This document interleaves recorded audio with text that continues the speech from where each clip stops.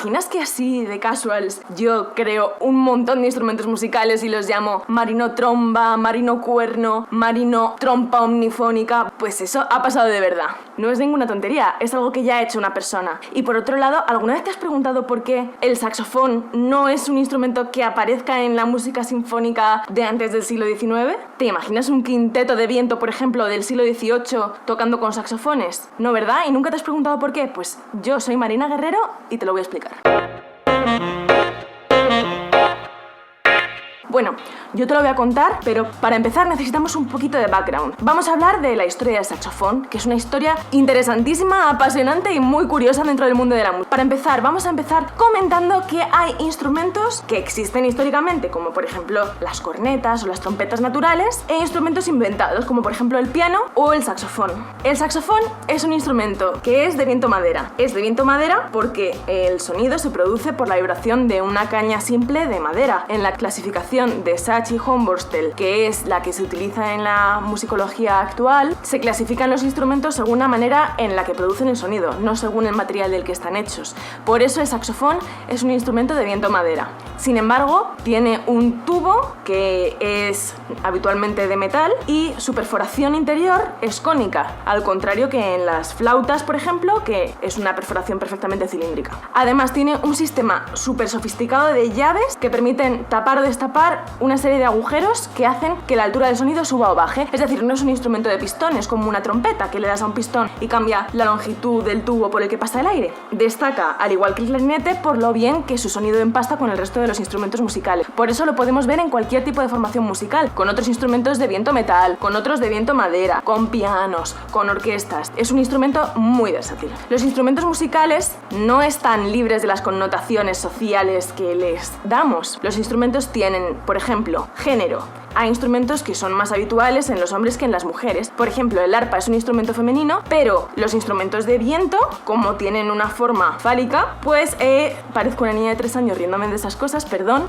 Como tienen una forma fálica, son instrumentos asociados muy a lo masculino. Las mujeres, de hecho, estaba muy mal visto que lo tocaran hasta hace bien poco. Pasa lo mismo, por ejemplo, con el cello, que se toca con las piernas abiertas, así que una mujer con la falda no está bien porque se le vería todo y la mujer no ha empezado a llevar pantalones hasta hace súper poquito. También los instrumentos musicales tienen un estatus social asociado. Por ejemplo, los violines históricamente son un instrumento para el que se han escrito muchas obras solistas y además el primer violín dirige la orquesta en muchas ocasiones, en muchos tipos de obras, pues es un instrumento de estatus social elevado, mientras que la guitarra, por ejemplo, a ver, que no quiero caer tampoco en tonterías de esas, ¿no? Pero que es innegable decirlo así, o sea, la guitarra tiene asociado el rock and roll y aunque se estudie en los conservatorios igual que el violín y de hecho sea uno de los instrumentos más difíciles para aprender a tocar, es un instrumento con un estatus social más ligado a la calle, a lo underground, aunque haya piezas clásicas para guitarra, es que da lo mismo. Por tanto, podemos decir que hay instrumentos que dan más caché, más capital cultural que otros instrumentos. Es un poco lo que le pasa al saxofón en la actualidad. El saxofón es un instrumento que está muy vinculado al jazz. El jazz desde la Segunda Guerra Mundial se ve como algo muy ajeno y como salvaje para los europeos blancos que han escrito la historia. Por ejemplo, mira este cartel de la campaña Música Degenerada o Entartete Musik, que no sé cómo se pronuncia en alemán, lo siento mucho, voy a cagarla mucho en eso, pero bueno. Es un cartel de una campaña de los nazis para sancionar toda esa música que no les favorece como régimen. La música que ellos llamaban degenerada es toda aquella que esté ligada a ideales políticos que no coinciden con el nazismo. Por ejemplo, música de gente de otras razas, por ejemplo, los judíos. Judíos como Mendelssohn, su música estuvo completamente apartada del canon porque el régimen nazi lo consideró así. Lo mismo con Mahler o Kurt Weill, que son compositores alemanes de esa época que por ser judíos no hemos podido conocer bien su música hasta recientemente, hasta después de la Segunda Guerra Mundial, hasta bien pasada la Segunda Guerra Mundial. Las obras también podían ser degeneradas atendiendo a tu ideología política. Por ejemplo, si eras marxista como Hans Eisler, tu música quedaba completamente fuera de los estándares del régimen y podían aislarte, podían incluso condenarte. Por otro lado, se ensalzó otra música. En apelación a ese nacionalismo nacionalismo que se buscaba en el régimen nazi, basado en las raíces culturales comunes de todo el pueblo alemán, se ensalzó a músicos como, por ejemplo, Mozart y Wagner, porque son como el pasado maravilloso de los alemanes. Además, Wagner habla en sus óperas que sí de valquirias, que sí de vikingos, entonces es un mundo muy asociado a lo alemán y a lo nórdico, y eso les servía a los alemanes para diferenciarse del resto de pueblos. Por eso enfatizaron esa música. No es que Wagner fuera nazi. Cuando Wagner murió, Hitler todavía no había nacido, pero es verdad que su música se asocia al nazismo porque cumple con estos ideales de nacionalismo alemán que coinciden con la reunificación alemana de su época y que al mismo tiempo Hitler retomó para lanzar sus mensajes políticos. Pero vaya, Wagner, dicen muchas cosas de él, como que era un maltratador de mujeres o no sé qué. Además, le robó la novia a Nietzsche, o sea que malísima la historia con Wagner, pero nazi no era. El jazz, que es un poco en lo que estábamos, se considera degenerado por su vinculación estrecha con la raza negra. De ahí el cartel que acabamos de ver, que nos muestra, pues ahora que estamos con lo de la polémica de los conguitos, ¿no? Que en los conguitos sale una persona de raza negra congoleña, concretamente caricaturizada con rasgos simiescos y a la que se van a comer. O sea, es que lo de los conguitos es un tema que me parece genial que estén saliendo todas estas iniciativas. Pero bueno, pues lo mismo con los nazis y los negros. En este cartel veíamos un negro con rasgos simiescos, es decir, asemejan lo negro a lo animal, a lo salvaje y a lo ajeno. A raíz de todo esto, y como somos herederos de esas ideologías aunque no queramos, los saxofones son para nosotros una cosa que no es nuestra, que no nos pertenece, porque además están vinculados al jazz con todas las connotaciones que eso tiene. Son un instrumento que sí tiene género, que concretamente es el masculino. De hecho, en el mundo del jazz casi todo el mundo son hombres, y en el blues también, y también tiene una raza, que es la raza negra. Esta percepción no está mal solo por el tema del racismo, que ya bastante tiene, es que además es mentira. El saxofón lo inventó un belga y fue popularizado en Francia de una forma muy rara. Todo empezó con un señor que se llamaba Charles-Joseph Sax. Charles-Joseph Sax era un hombre humilde que nació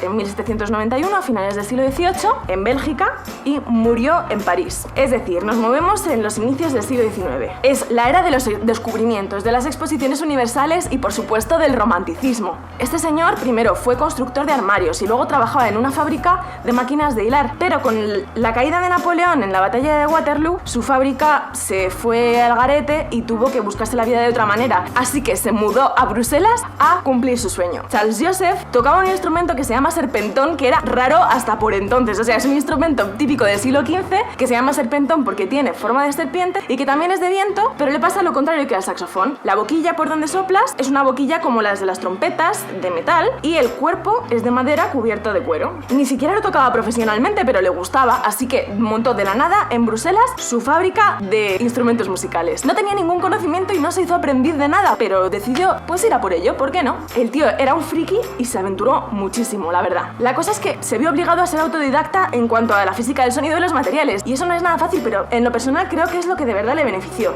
porque claro, no partía de nada, así que podía inventar un poco más. El hombre era súper bueno haciendo trabajos manuales y enseguida se hizo famosísimo por los serpentones y las flautas que fabricaba. Enseguida empezó a hacer toda clase de instrumentos, flautas, fagotes y clarinetes, por ejemplo, y su investigación, su misión en la vida fue darle mejor afinación a los instrumentos de viento. Afinar un instrumento de viento es muy complicado porque tienes que hacerlo con los labios, antes, ¿no? O sea, antes del siglo XIX tenías que hacerlo eminentemente con los labios, entonces dependiendo de la tensión de los labios, de la respiración y demás, das una nota u otra. También hay otros factores que influyen, por ejemplo, los agujeros digitales, que en aquel entonces no existía el sistema actual de llaves, así que no alcanzaban a taparlos bien los instrumentistas, y también, pues por supuesto, la dirección del aire y otros factores, pero también, pues la forma del instrumento influye muchísimo. Entonces la misión de Charles Joseph Sax fue darle la mejor forma a los instrumentos para que pudieran afinar mejor. Con todo esto, y siendo súper fan de los instrumentos de viento, inventó un instrumento que se llamaba trompa omnitónica, que es ese instrumento de aquí, que es súper curioso porque es un instrumento... A ver, tú cuando tienes una trompa, creo, yo no toco la trompa, pero tengo entendido que tú tienes una trompa en do o una trompa en si bemol, ¿no? Entonces, con la trompa puedes hacer solamente las notas de esa tonalidad, en principio, sin hacer muchas virguerías. Pues este señor inventó una trompa que se puede tocar en cualquier cualquier tonalidad de la escala. Puso un montón de tubos diferentes y una pestañita detrás que servía para cambiar fácilmente de una tonalidad a otra y así poder hacer modulaciones mucho más fácilmente.